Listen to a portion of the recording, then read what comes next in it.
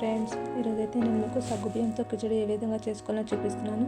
దీనికోసం అయితే ముందుగా నేను ఒక కప్పు సగ్గుబియ్యం తీసుకొని కడిగి శుభ్రంగా తీసుకొని దీంట్లోనే సగ్గుబియ్యం నానే వరకు వాటర్ పోసి నానబెట్టి తీసుకున్నాను. ఇక్కడ చూస్తున్నాం కదా, ఇలా మనం సగ్గుబియ్యం ఒత్తి చూసుకుంటే లోపల ఏమాత్రం గర ఉండద్దు. ఇప్పుడు గ్యాస్ స్టవ్ చేసుకొని కడాయి ఉంచుకొని కడాయిలో 2 స్పూన్స్ ఆయిల్ వేసుకొని ఆయిల్ వేడైన తర్వాత కొంచెం కరివేపాకు అలాగే వేడైన పచ్చిమిర్చి కూడా వేసుకొని మంచిగా ఫ్రై చేసుకోవాలి. ఇప్పుడు ఇవన్నీ ఫ్రై అయిన తర్వాత మనం చిన్నగా కట్ చేసుకున్న పొటాటో ముక్కల్ని కూడా వేసుకోవాలి. ఈ పొటాటో ముక్కలు వేసుకోవడం వలన సగ్గుబియ్యం కిచడి అనేది చాలా రుచిగా వస్తుంది. ఇప్పుడు ఇవన్నీ మంచిగా ఆయిల్లో ఫ్రై అయ్యేటట్టు కలుపుకోవాలి. ఇవన్నీ కలిపేసుకున్న తర్వాత 5 మినిట్స్ పాటు మూత పెట్టి ఉంచుకోవాలి. ఇప్పుడు ఒక 5 మినిట్స్ తర్వాత పొటాటో ముక్కలు ఫ్రై అయినదో లేదో చూసుకోవాలి. ఈ పొటాటో ముక్కలన్నీ మంచిగా ఫ్రై అయిపోయిన తర్వాత దీంట్లోనే మనం ముందుగా నానబెట్టుకున్న సగ్గుబియ్యం ఉంటుంది కదా, ఈ సగ్గుబియ్యంని కూడా ఇందులోనే యాడ్ చేసి మొత్తం కలిసేటట్టు మంచిగా నీట్గా కలుపుకోవాలి. కొంతమందికి ఈ సగ్గుబియ్యం కిచడి అనేది ముద్దలాగా వస్తుంది. అలా ఎందుకు వస్తుందంటే వాటర్ ఎక్కువైపోతే అలా ముద్దలాగా వస్తుంది.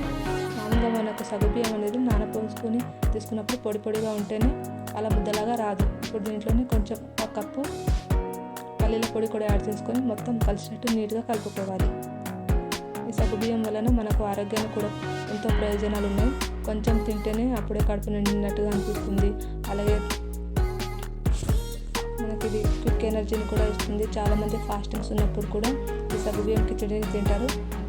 దీంట్లోనే మనం రుచికి సరిపడా సాల్ట్ని కూడా యాడ్ చేసుకొని నీట్గా కలిపేసుకోవాలి. దీంట్లోనే కొంచెం కొత్తిమీర కూడా యాడ్ చేసుకొని ఇంకొకసారి మొత్తం కలిసేటట్టు నీట్గా కలుపుకొని ఒక 5 మినిట్స్ పాటు మూత పెట్టుకొని మంచిగా మగ్గనివ్వాలి.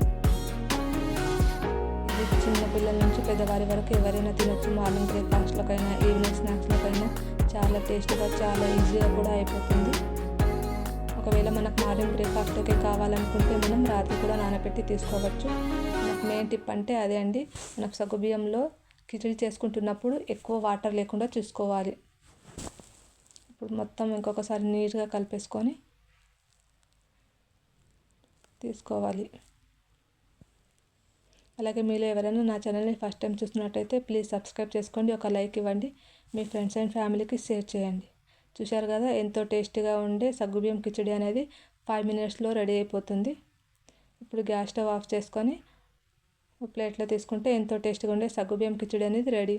Thanks for watching my channel.